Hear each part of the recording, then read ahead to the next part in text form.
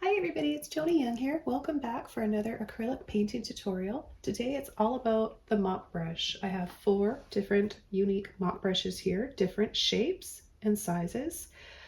So there's not just one standard mop brush. They come in all different shapes and sizes. So I thought I would choose 4 for you today and show you all the ways you can use them. They are my favorite brush to use, and I can't wait to show you all these little tips and tricks today on how you can really utilize the mop brush and what you can create with them. I have a round one, perfectly round one here, and 1.5 inches. Then I have this one here that is an oval. This one is more of a Filbert mop brush, which is a really nice shape. And then we have an angle mop brush. So there's lots of beautiful foliage, flowers, clouds, waterfalls, things that you can use all these mop brushes for.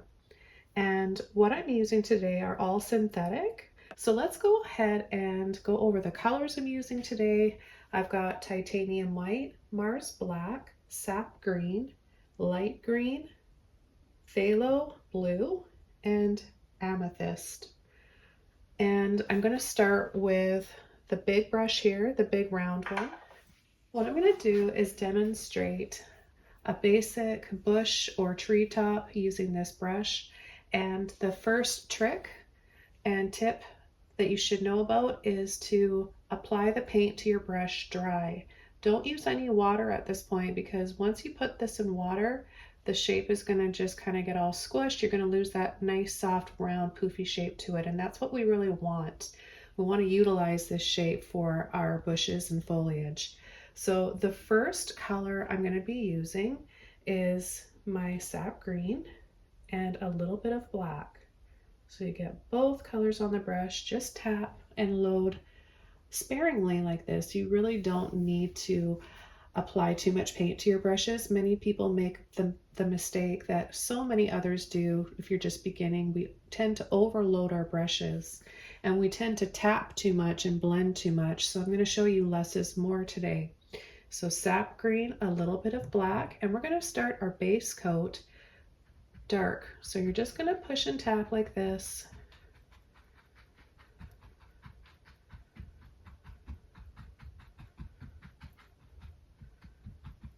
And then you might want to make the base a little bit darker where there's going to be more of a shadow. Now you can use this brush to gently pull out at the base for a shadow as well. Just use one little part of it like this, and you can even kind of pinch the brush like this to make it narrower. So just for a little shadow like that.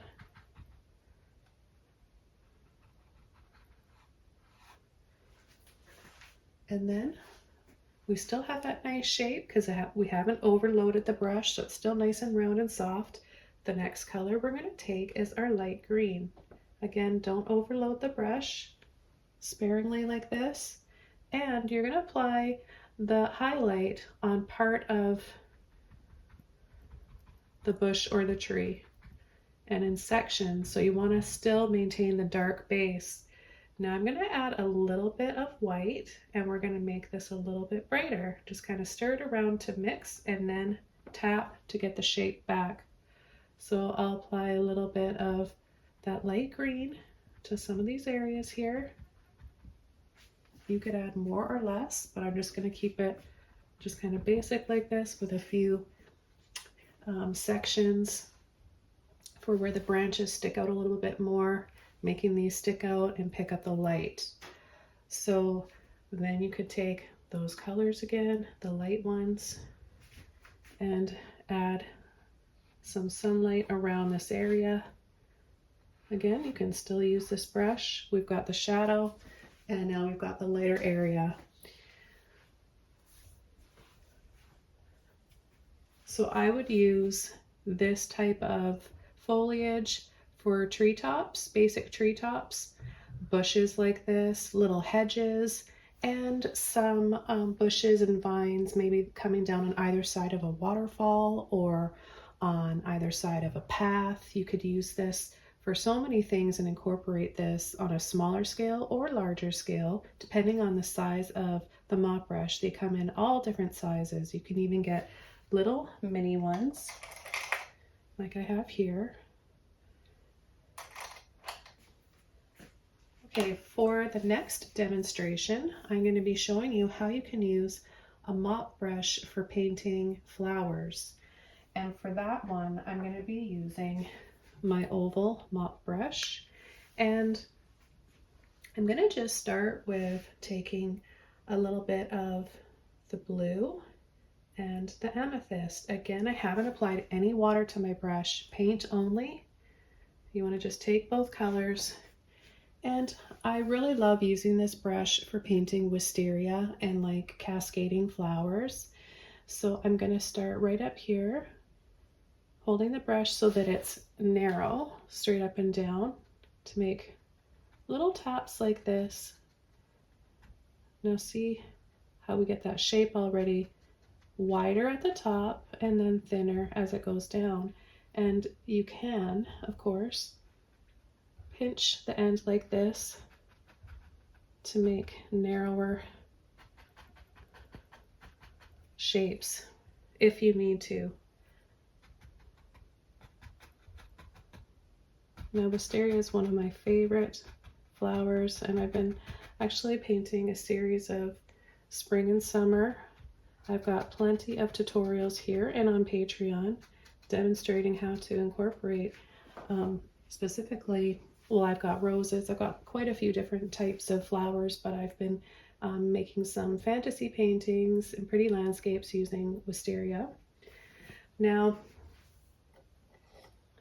I'm going to take this brush again, take a little bit of white, tap into those colors. Again, not overloading the brush. So I know right off the bat I can take more white because the paint is still really wet. So while I'm tapping the white into it, it's sort of picking up those colors and we're getting some lighter shades.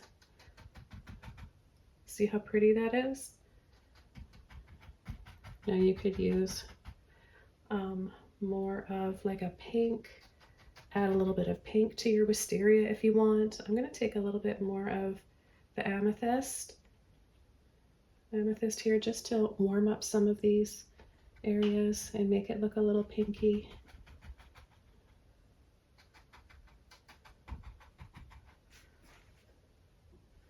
Okay, so it's really, really easy to paint hanging vine type of flowers like this. And then you can even take the bottom of the brush and pull from the base of the flowers and make it look a little dreamier, like a little bit more vines. Then we're going to use one part of the brush here, just dab a little bit of both greens, and we'll just add little bits of green in here and there for some leaves. But against a dark background, like a few of my tutorials, I've got old stone archways and brick walls. This looks really, really pretty coming down one of those old stone walls and brick wall settings. Kind of gives you that enchanted garden feel.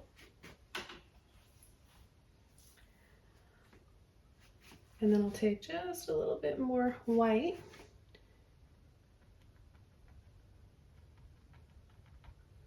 And we'll add a few more little taps in here to make some of these stand out. Maybe look a little more 3D. So we've got our darker base that we started with, and then adding more white to make it lighter, and then a little bit more white.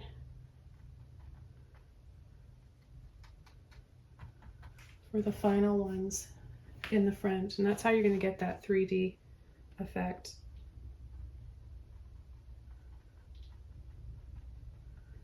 right? Same with a tree, the dark base, and then a little bit lighter, and then the lightest. We can even highlight this even more. You could incorporate a little bit of cadmium yellow, for instance, with a bit of white, and add a little bit more of a sunlit highlight.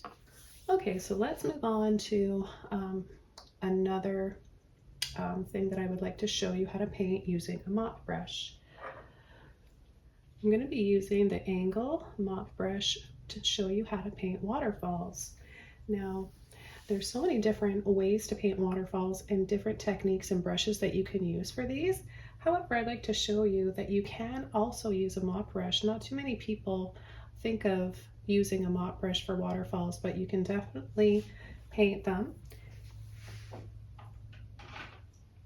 The first thing I'm going to do is just add a little bit of water to the canvas.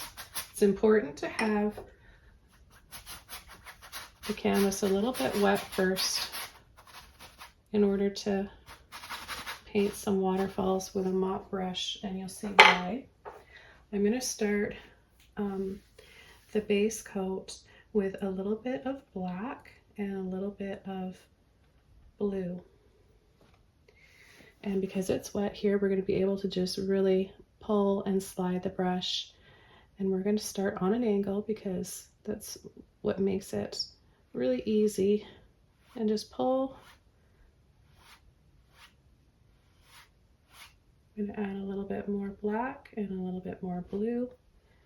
You can turn it over so the pointy part, the highest part, is facing the right side, and then you get a different angle. So depending on which way you want to pull it, doesn't really matter. And you can see the difference from where I wet the canvas to where it's dry. And it's up to you what you like and what you prefer. It just makes it a little bit easier, and the brush and the paint glide a little bit better. Okay, then I'm going to take some white. I'm going to take a little bit of blue again, not overloading the brush. I'm going to start at the top, and we're just going to gently pull down, turning the brush over this way. This gives us some highlights. We still want to see, and I'm just giving you guys just an example here if you wanted to create different tiers. And I love those landscapes and waterfalls where there's just so many spilling off of one another. You know, the rocks underneath will make that happen. And then just coming down, up and down with a brush towards the base, taking a little bit more white, and then kind of just tapping like this, and then we'll just make a little bit of a splash just by tapping a little bit of white like that, and then using the bottom of your brush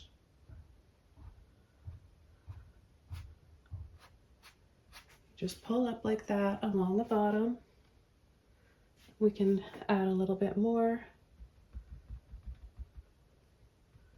kind of creating a U shape.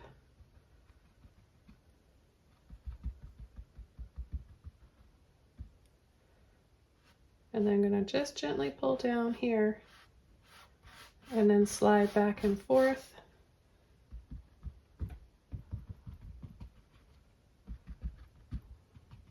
Tap a little bit like that, and you could keep adding more and more to your waterfalls as it dries, building up some more layers. So I've got a little bit more white on here.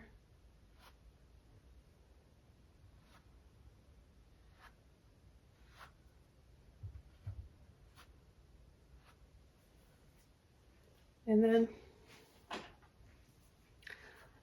I'm going to take this round one, round kind of filberty shape.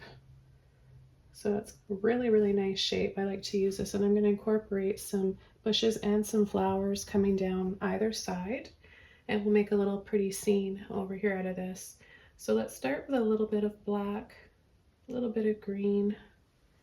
Again, no water, just paint only. And we'll just start by adding some taps along the top.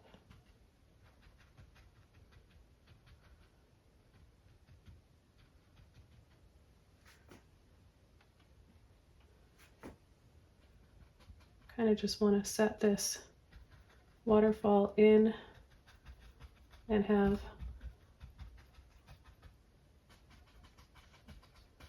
a hill or cliffside, whatever is surrounding this waterfall, to kind of slightly come over in front of it. That will really give you some perspective and set that waterfall in there.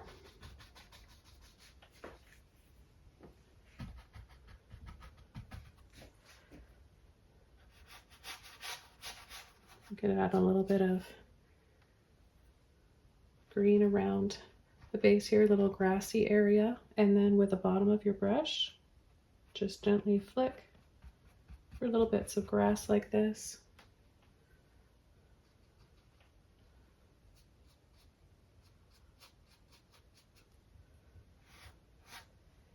Take a little bit of a light green now, and we'll just start adding some brighter shades in between, some little highlights here.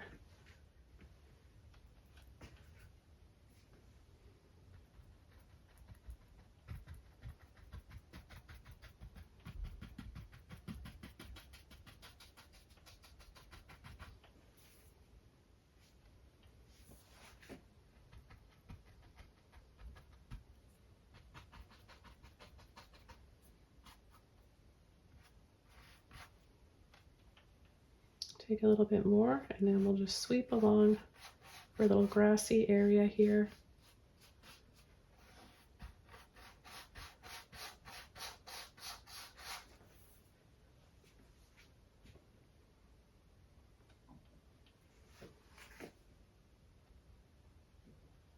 Add a little bit more depth with some green and black and some grass. Little tap here. We'll make different layers.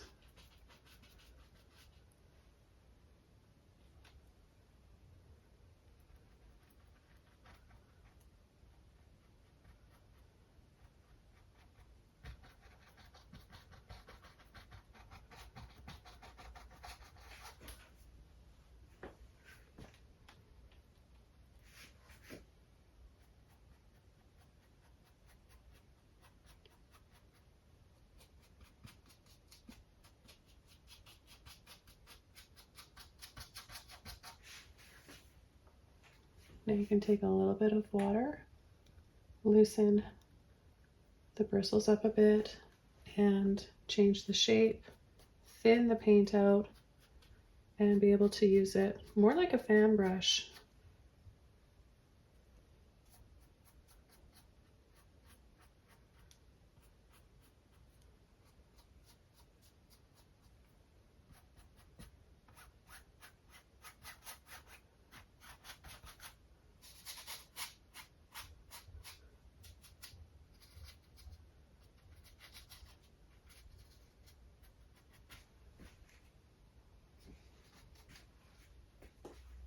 Now I'm going to take the amethyst and we'll add some little patches of flowers. We'll just tap with the amethyst first, a little bit here, maybe another one right here, and maybe some up along the side here.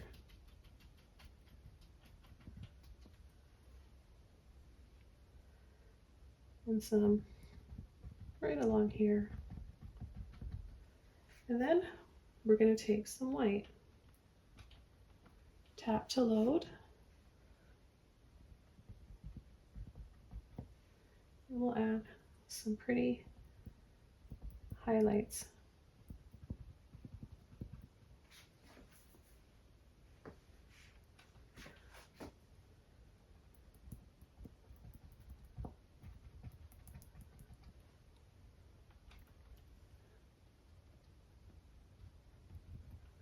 One thing you should know about acrylic is that it tends to dry a bit darker. So you might want to think about applying a little bit more white in order for it to dry to the color that it looks like when it's wet. So there's another type of flower that I want to show you, and another technique you can use with the mop brush. And I'm going to start with a little bit of black and a little bit of blue. And you're going to just push like this flat and then twist the brush around, and you can make circles, whatever you need it to be for. Maybe it's a Christmas ornament painting you're doing, maybe it's a flower. So in this case, it's going to be a flower. And then I'm going to take a little bit of white and a little bit of amethyst again. And we're just going to push and twist in different areas.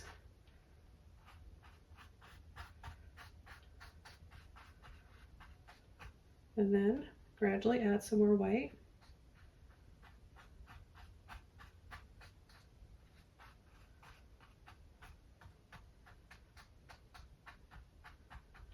And you can make some really simple looking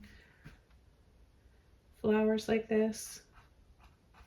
You know, more so impressionistic, not a lot of detail, but you could make it look, if you had a whole bunch of these, make it look like a hydrangea.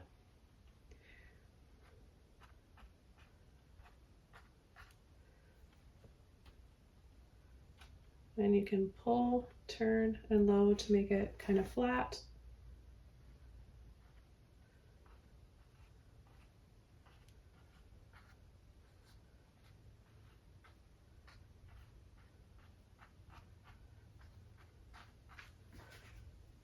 And just keep building up from that as much as you want to make more petals and brighter areas on those little petals. So you have different tones, you've got your darks, the dark base we started with, and then leading up to the brightest.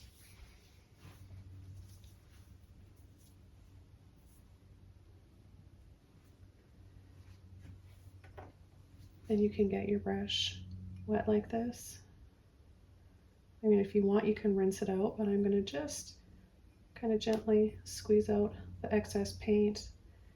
It's nice and flat now, kind of the shape of a Filbert brush. I'm going to take some green and some black,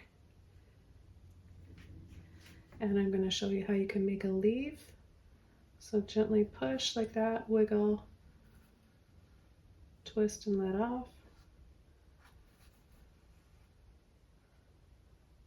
Take a little bit of white in there.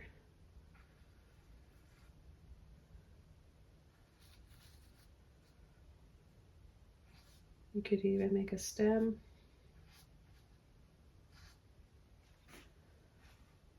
So there are endless possibilities when it comes to the mop brush. I'm going to come in with a little bit more of the blue and amethyst and just show you how you can come back and add a little bit more after. Now there's even a little hint of green in there. I kind of like that. Hydrangeas tend to have, like, there's just so many different kinds of hydrangeas, but some of them have a little bit of green in them. It all depends on what's in the soil. And I'm just going to tap out with what's left on my brush for a little bit more of a shadow base down here under these bushes. A little bit of black down here.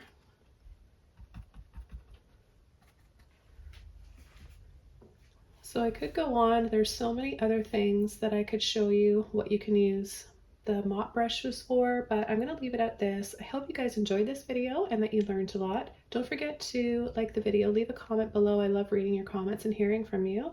And please subscribe to my channel for more, where you're going to find over 1,000 videos, tutorials here. and I will see you guys soon in another video. Bye!